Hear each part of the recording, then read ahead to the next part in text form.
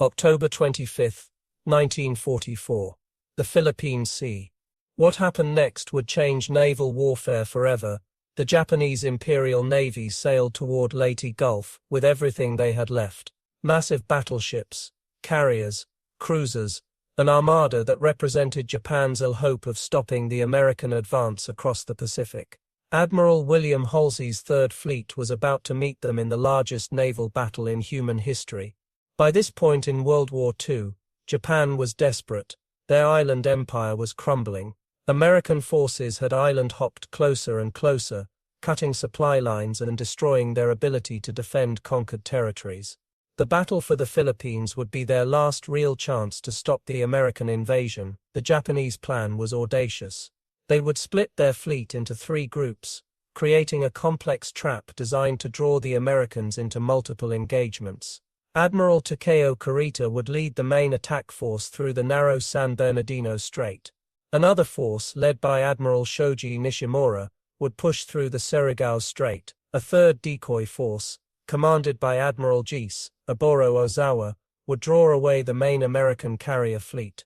Admiral Halsey understood the strategic importance of the Philippines. General Douglas MacArthur had famously promised to return after being forced to retreat early in the war, and now that promise was being fulfilled. The invasion of Leyte Gulf would give the Americans a critical staging ground to launch attacks on Japan itself. The American forces were overwhelming, hundreds of ships, thousands of aircraft, and a level of technological superiority that the Japanese could barely comprehend. But the Japanese were willing to sacrifice everything. They introduced a terrifying new tactic, kamikaze attacks, where pilots would deliberately crash their planes into American ships in suicide missions. In the early morning hours of October 25, the battle erupted. The Surigao Strait became a killing zone. Admiral Nishimura's force sailed directly into a perfect ambush. American battleships and destroyers had positioned themselves perfectly, creating a devastating crossfire. The Japanese ships were decimated before they could even return effective fire. To the north, Admiral Kurita's main force approached the invasion beaches, but something unexpected happened. A small group of American escort carriers and destroyers called Taffy 3 stood directly in his path. These ships were not designed for major fleet combat. They were support vessels with minimal armament. The encounter seemed suicidal. Tiny American destroyers and jeep carriers faced down massive Japanese battleships and cruisers, but instead of retreating, they attacked. Destroyer crews knew they were likely sailing to their deaths, but they charged directly at the Japanese fleet, launching torpedoes and creating smoke screens to confuse the enemy. The most famous ship in this incredible moment was the USS Johnston, commanded by Commander Ernest Evans. Evans knew his ship was outgunned, but he ordered a direct attack on the Japanese battleships. The Johnston fired everything it had, dodging between massive enemy ships and drawing their fire away from the vulnerable escort carriers. Evans's incredible leadership turned the tide. The American ships fought so aggressively that the Japanese Admiral Kurita became convinced he was facing a much larger force. Incredibly, he ordered a retreat, despite having the clear capability to destroy the American support ships.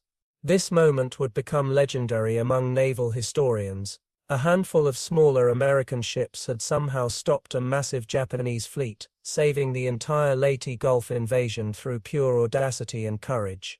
By the battle's end, the Japanese Navy was essentially destroyed as an effective fighting force. They lost 4 aircraft carriers, 3 battleships, 10 cruisers, and 11 destroyers. The Americans lost only a few escort carriers and destroyers. The Battle of Leyte Gulf wasn't just a military victory. It was the moment that Ally broke Japan's ability to wage war across the Pacific. The invasion would proceed, and the path to Tokyo was now open. The psychological impact of this battle was profound. For years, the Japanese military had cultivated an image of invincibility, of soldiers who would fight to the last man. But Leyte Gulf shattered that mythology forever. Admiral William Halsey, commanding the U.S. Third Fleet, played a complex role in these events. His aggressive pursuit of Japanese decoy carriers left the invasion beaches momentarily vulnerable, decision that could have been catastrophic had the Japanese commanders been slightly more decisive. The human stories emerging from this battle were extraordinary. Sailors like Commander Evans, who knew they were facing near certain death, displayed a level of courage that seemed to defy human nature. The USS Johnston's crew watched their ship get progressively destroyed, yet continued fighting with a ferocity that stunned even their enemies. In the water around the sinking ships, survivors faced brutal conditions. Sailors who abandoned their vessels confronted not just the immediate threat of drowning but sharks, exposure, and the possibility of being strafed by enemy aircraft. The ocean became a graveyard of naval ambition. The technological disparity between the fleets was stark. Japanese ships, once considered among the most advanced in the world, were now outmatched by American engineering and tactical sophistication. The Zero fighter planes previously feared across the Pacific were being systematically replaced by newer American designs like the Hellcat. Communication played a crucial role in the battle's outcome. Japanese naval command was fragmented, with different admirals interpreting orders differently. This lack of coordinated strategy meant that even when opportunities presented themselves, the Japanese fleet couldn't capitalize effectively. The kamikaze tactics, while terrifying, were also a sign of desperation. Young Japanese pilots, many barely out of their teens, were being asked to sacrifice themselves in missions with minimal strategic value. It represented a cultural and military philosophy that prioritized honor and sacrifice over survival. American intelligence had played a critical role in preparing for this confrontation. Decrypted Japanese communications and strategic analysis allowed U.S. commanders to anticipate movements and prepare defensive positions. The breaking of Japanese naval codes was a silent but decisive weapon. The battle also marked a significant turning point in naval warfare strategy. Traditional battleship-centered naval combat was becoming obsolete. Aircraft carriers and supporting vessels were now the true determinants of naval supremacy. The massive Japanese battleships, once seen as the ultimate naval weapon, were now becoming increasingly irrelevant. Technological innovations were evident everywhere. Radar technology, still relatively new, gave American ships a significant advantage in detecting and tracking enemy vessels. The ability to see beyond visual range transformed naval combat fundamentally. The human cost was immense. Thousands of sailors on both sides lost their lives in a conflict that was rapidly becoming a war of attrition. Each sunken ship represented not just military equipment but human lives, young men from different cultures caught in a global conflict. Logistically, the battle was a complex choreography of ships, aircraft, and strategic positioning. Fuel supplies, ammunition, communication networks, all these elements had to work in perfect synchronization. The American fleet demonstrated an unprecedented level of operational coordination. The psychological warfare was equally significant. The aggressive American response, particularly by smaller vessels like Taffy 3, created an impression of overwhelming force. Admiral Kurita's retreat was as much about perceived threat as actual military capability. For the Japanese military leadership, Leyte Gulf represented more than just a tactical defeat. It was the beginning of their imperial ambitions.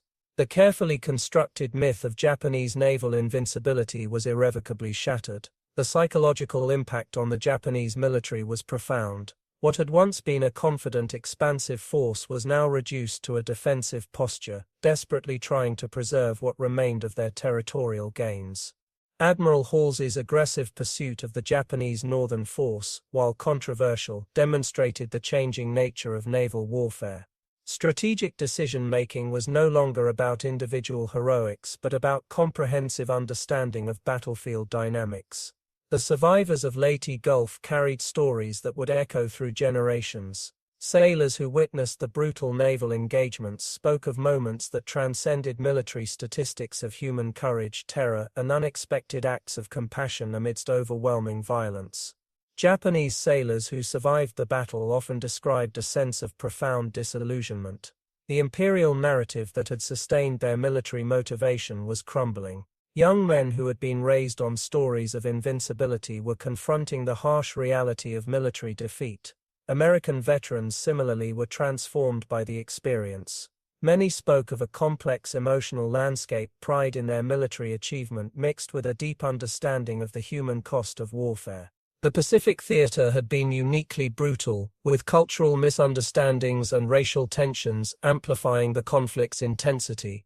The naval technologies developed during this period would reshape military strategy for decades to come. Radar, advanced communication systems, and carrier-based aviation became fundamental components of modern naval doctrine. What happened at Leyte Gulf was more than a battle, it was a technological and strategic watershed. Environmental conditions played a critical role in the engagement. The waters of the Philippine Sea, with their complex currents and periodic storms, added an unpredictable element to naval combat. Ships had to navigate not just enemy fire but treacherous maritime conditions. For many historians, Leyte Gulf represented the decisive moment when the Pacific War's trajectory became clear. The Japanese Imperial Navy, once the pride of their nation, was effectively neutralized. Their ability to conduct large-scale naval operations had been decisively broken. The human stories emerging from the battle were often overlooked in grand strategic narratives. Sailors who survived spoke of moments of unexpected humanity, rescue attempts across enemy lines, brief moments of mutual recognition amidst the chaos of combat. Technological superiority was only part of the American advantage.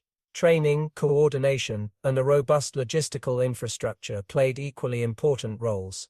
The ability to quickly repair ships, rotate personnel, and maintain communication networks proved crucial. In the broader context of World War II, Leyte Gulf accelerated the inevitable conclusion of the Pacific conflict. It demonstrated that Japan's military capacity was fundamentally unsustainable. The resources required to maintain their military presence were rapidly outstripping their capacity to replace losses. The battle also revealed deeper cultural dynamics. The Japanese military's emphasis on individual sacrifice and honor was increasingly at odds with the more systematic, technologically driven American approach. This was not just a military conflict, but a clash of worldviews. Geopolitically, Leyte Gulf marked the beginning of American naval dominance that would characterize the post-war world. The United States emerged not just as a military power but as a global maritime force capable of projecting power across vast oceanic distances. For the Philippine people, the battle represented a complex moment of liberation and continued colonial complexity. While Japanese occupation was being rolled back, the future remained uncertain. The Philippines would continue to negotiate its identity in the aftermath of World War II. The naval technologies and strategic lessons of Leyte Gulf would be studied and re-aired for generations. Military academies around the world would use this engagement as a critical case study in naval warfare, technological adaptation, and strategic thinking. As the battle concluded, the broader narrative of World War II continued to unfold. The European theater was simultaneously experiencing its own transformative moments. The global conflict was reaching its intense phases. In the decades that followed, veterans of Leyte Gulf would gather, share memories, and reflect on a moment that had fundamentally changed their lives and the world. Their personal narratives would become an essential part of understanding this complex historical moment. The ocean, which had been a battlefield, slowly returned to its timeless state. The wreckage of ships, the echoes of combat would gradually be reclaimed by marine environments. But the memories, the strategic significance would endure. Leyte Gulf was more than a battle. It was a turning point in human history, a moment when the trajectory of global power shifted irrevocably, leaving an indelible mark on the 20th century's complex narrative of conflict, technology, and human resilience. The silence that followed the battle was profound, punctuated only by the distant calls of seabirds and the gentle lapping of waves against scarred ship hulls. Survivors on both sides carried the weight of those moments for decades. Japanese veterans would speak in hushed tones about the sense of inevitable defeat, while American sailors remembered the extraordinary moments of courage and sacrifice. Admiral William Halsey would later reflect that Leyte Gulf represented more than a military victory. It was a profound transformation of human conflict.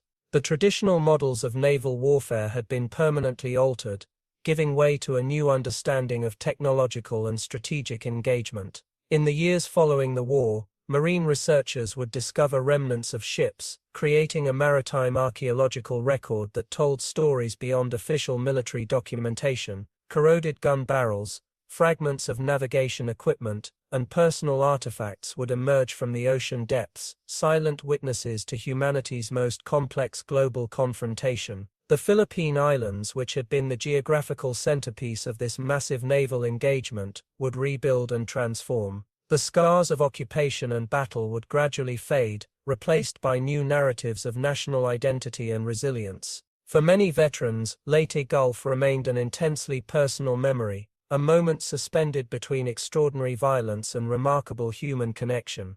They understood something fundamental about warfare that could never be fully captured in historical texts: the complex, often contradictory nature of human experience during moments of extreme conflict.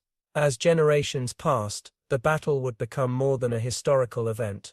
It would represent a critical pivot point, a moment when the old world gave way to something entirely new, a global order led by technological capability, strategic complexity, and the profound interconnectedness of human societies. The ocean, indifferent to human struggles, continued its eternal rhythms, washing, healing, preserving the memories of those extraordinary days when history was fundamentally reshaped.